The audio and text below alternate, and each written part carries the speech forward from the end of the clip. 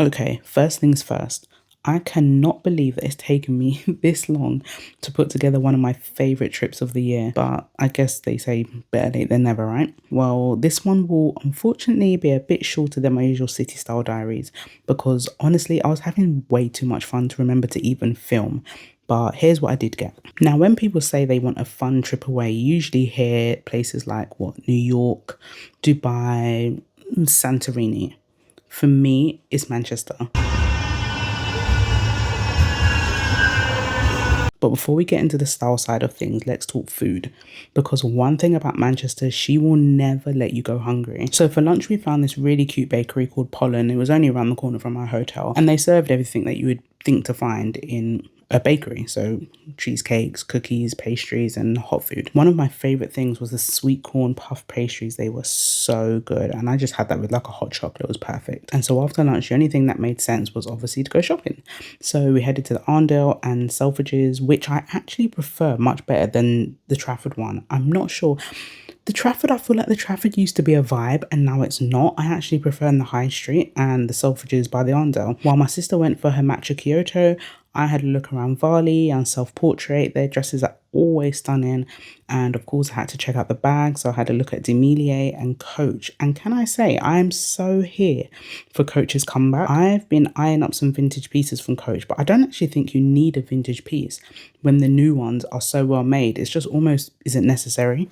Then I browsed the jewelry and I saw Oma the Label, who's really great. She's one of my favorite jewelry brands. She's actually a black female owned jewelry brand that does like the most beautiful pieces. So if you're ever looking to treat yourself or someone else, then I would check her out. That evening we went to Smoke and Pepper. I'd heard good things about them. I got their popular Algerian tenders and the chips with a blue tonic cocktail, which was quite sweet, but it was really, really delicious. Sat down in the hotel and watched Real Housewives of London. Let me know in the comments if you're tuned in. So I watched it while I ate my food. Amanda and Karen, listen, I don't want to get distracted because I'll start talking about Real Housewives and then I'll have to go into Salt Lake City and then I just go on a tangent. And so don't be fooled by the word tenders. They were huge. They were more like chicken breasts rather than tenders. You could easily share a portion between two of you. So would absolutely recommend, just maybe go easy on the sauce. The next day was all about vintage shopping, and let me tell you, the Manchester's vintage scene is unmatched. So we started at ReMarket, which had some great 2000 pieces. Like, sorry, can you imagine? Pause for a minute and think about that. Our era is now being classed as vintage. That is a humbling moment. Anyway, they had a great denim section and a few designer bags, including this Gucci vinyl from the 2000s.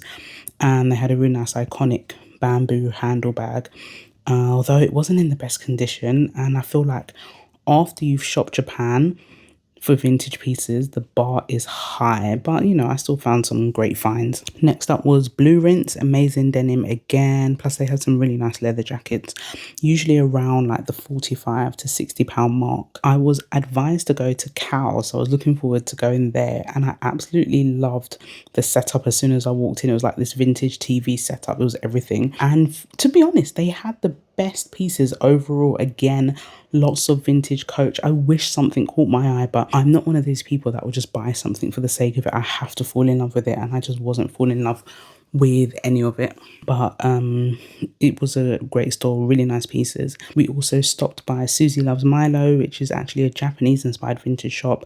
Really nice collections, just again nothing really that caught my eye. And by this point I was hungry.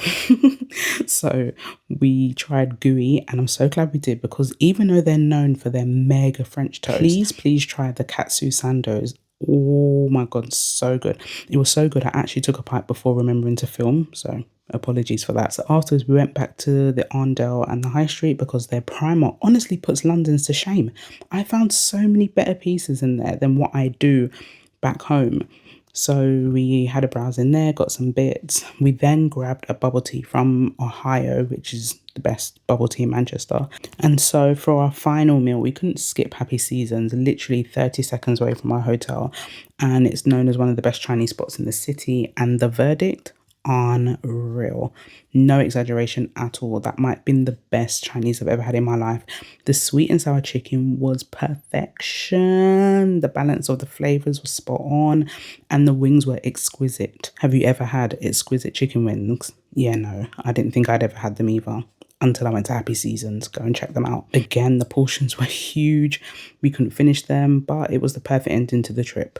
I closed the night with a Basque cheesecake from Pollen, and before we knew it, it's time to head back to London. So Manchester is quickly becoming a must-to-do on my summer list. I came here 2 years ago for summer, and I think it's going to be made a tradition because we love it so much. Not just for the food or the fashion, but the people. They're friendly, they're diverse, they're real, they're down to earth.